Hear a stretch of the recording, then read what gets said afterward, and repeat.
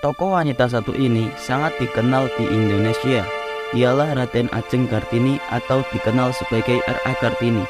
Beliau dikenal sebagai salah satu pahlawan nasional yang dikenal demi memperjuangkan emansipasi wanita kala ia hidup. R.A. Kartini lahir pada tanggal 21 April 1879 di kota Jepara. Hari kelahirannya itu kemudian diperingati sebagai Hari Kartini untuk menghormati jasa-jasanya pada bangsa Indonesia. Kartini lahir di tengah-tengah keluarga bangsawan. Oleh sebab itu, ia memperoleh gelar Raden Ajeng di depan namanya. Gelar itu sendiri dipergunakan oleh Kartini sebelum ia menikah. Jika sudah menikah, maka gelar kebangsawanan yang dipergunakan adalah Raden Ayu menurut tradisi Jawa. Raden Ajeng Kartini berasal dari kalangan priyayi atau kelas bangsawan Jawa. Ia merupakan putri dari Raden Mas Adipati Aryo Sosroningrat, seorang patih yang diangkat menjadi Bupati Jepara segera setelah Kartini lahir. Kartini adalah putri dari istri pertama, tetapi bukan istri utama. Ibunya bernama M.A. Ngasirah, putri dari Nyai Haji Siti Aminah dan Kiai Haji Madirono, seorang guru agama di Teluk Awur, Jepara. Dari sisi ayahnya, silsilah Kartini dapat dilacak hingga Hamengkubuwono V. Bahkan garis keturunannya bisa ditilik ke istana kerajaan Majapahit. Ayah Kartini pada mulanya adalah seorang wedana di Mayong. Peraturan kolonial waktu itu mengharuskan seorang bupati beristrikan seorang bangsawan. Karena M.A. Ngasirah bukanlah bangsawan tinggi, maka ayahnya menikah lagi dengan Raden Ajeng Moyan, keturunan langsung dari Raja Madura. Setelah perkawinan itu, maka ayah Kartini diangkat menjadi bupati di Jepara menggantikan kedudukan ayah kandung R.A. Wiryan, yaitu R.A. Citrawikromo.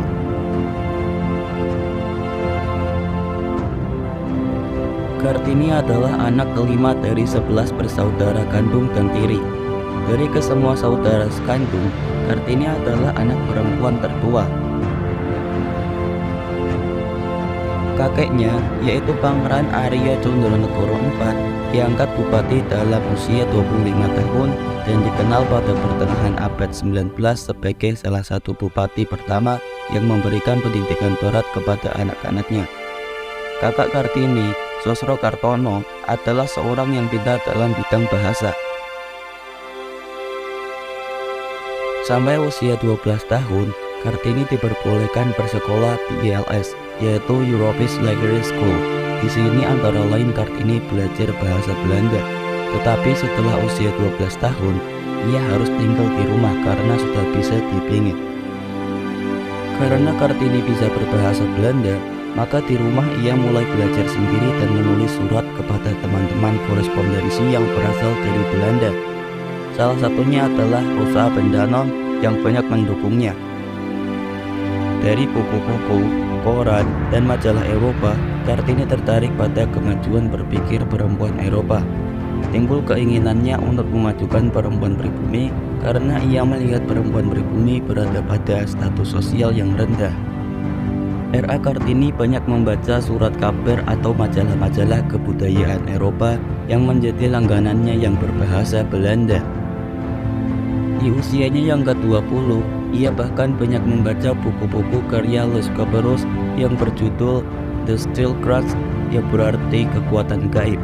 Kemudian karya Van Eden, karya Augusta de Wit, serta berbagai roman-roman beraliran feminis yang kesemuanya berbahasa Belanda.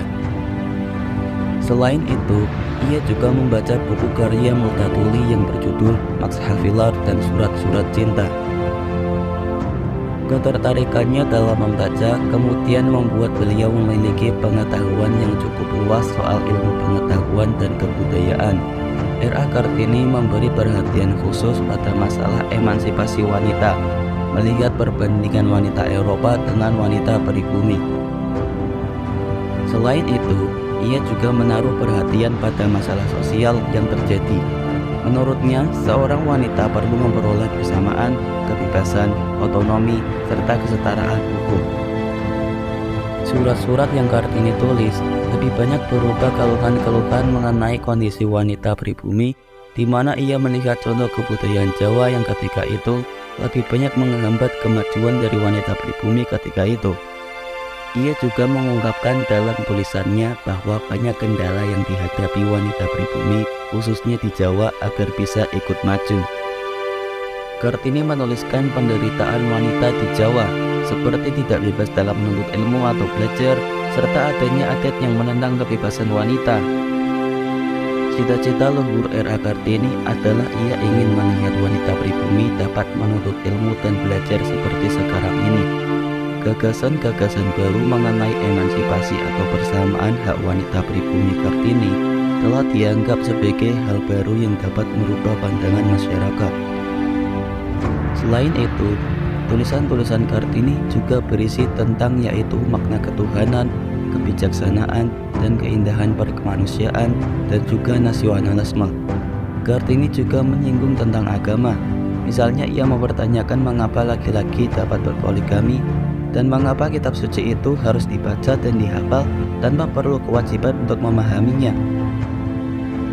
Teman wanita Belandanya, Rosa Bendanon dan Estelle Sihandelaar juga mendukung pemikiran-pemikiran yang diungkapkan oleh R.A. Kartini. Sejarah mengatakan bahwa Kartini diizinkan oleh ayahnya untuk menjadi seorang guru sesuai dengan cita-cita. Namun ia dilarang untuk melanjutkan studinya belajar di Batavia ataupun ke negeri Belanda. Hingga pada akhirnya ia tidak dapat melanjutkan cita-citanya, baik belajar menjadi guru di Batavia ataupun kuliah di negeri Belanda, meskipun ketika itu ia menerima beasiswa untuk belajar ke sana. Sebab pada tahun 1903, pada saat R.A. Kartini berusia sekitar 24 tahun, ia dinikahkan dengan K.R.M. Adipati Aryo Singki Joyo Adiningrat yang merupakan seorang bangsawan dan juga bupati di Rembang yang telah memiliki 3 orang istri. Meskipun begitu, suami R.A. Kartini memahami apa yang menjadi keinginan R.A. Kartini, sehingga ia kemudian diberi kebebasan untuk mendirikan sekolah wanita pertama yang kemudian berdiri di sebelah kantor pemerintahan Kabupaten Rembang yang kemudian sekarang dikenal sebagai Gedung Pramuka. Dari pernikahannya dengan K.R.M. Adipati Aryo Singgi Joyo Adiningrat, R.A. Kartini kemudian melahirkan anak bernama Susalit Joyo Adiningrat yang lahir pada tanggal 13 November 1904. Namun miris, beberapa hari kemudian setelah melahirkan anaknya yang pertama, R.A. Kartini kemudian wafat pada tanggal 17 September 1904 di usianya yang masih sangat muda, yaitu 24 tahun. Beliau kemudian dikabumikan di Desa Bulu, Kabupaten Rembang.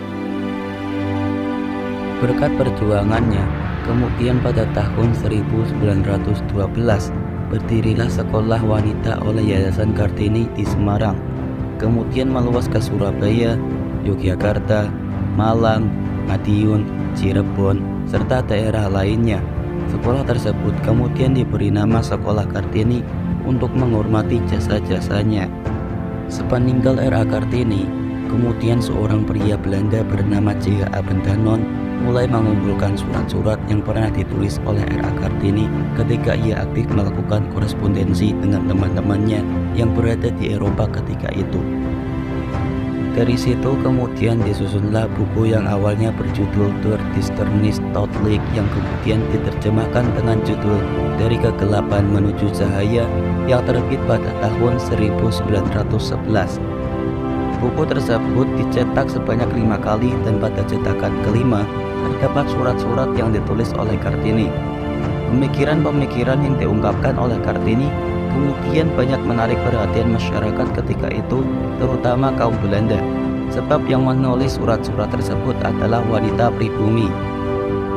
Pemikirannya banyak mengubah pola pikir masyarakat Belanda terhadap wanita pribumi ketika itu. Tulisan-tulisannya juga menjadi inspirasi bagi para tokoh-tokoh Indonesia kala itu, seperti W.R. Supratman yang kemudian membuat lagu yang berjudul Ibu Kita Kartini. Presiden Soekarno sendiri kala itu mengeluarkan instruksi berupa keputusan Presiden Republik Indonesia nomor 108 tahun 1964 pada tanggal 2 Mei 1964 yang berisi penetapan Kartini sebagai pahlawan kemerdekaan nasional. Soekarno juga menetapkan hari lahir Kartini, yaitu pada tanggal 21 April, diperingati sebagai Hari Kartini sampai sekarang ini. Banyak perdebatan serta kontroversi mengenai surat-surat yang ditulis oleh Kartini, sebab hingga saat ini sebagian besar naskah asli surat Kartini tak diketahui keberadaannya. Banyak kalangan yang meragukan kebenaran dari surat-surat Kartini. Ada yang menduga bahwa C.H. Bendanon melakukan rekayasa surat-surat Kartini. Kecurigaan ini berdasarkan pada buku Kartini yang terbit saat pemerintahan kolonial Belanda menjalankan politik etis di Hindia Belanda ketika itu, di mana C.H. Bendanon sendiri termasuk yang memiliki kepentingan dan mendukung pelaksanaan politik etis. Selain itu, penetapan tanggal kelahiran Kartini sebagai hari besar juga banyak diperdebatkan.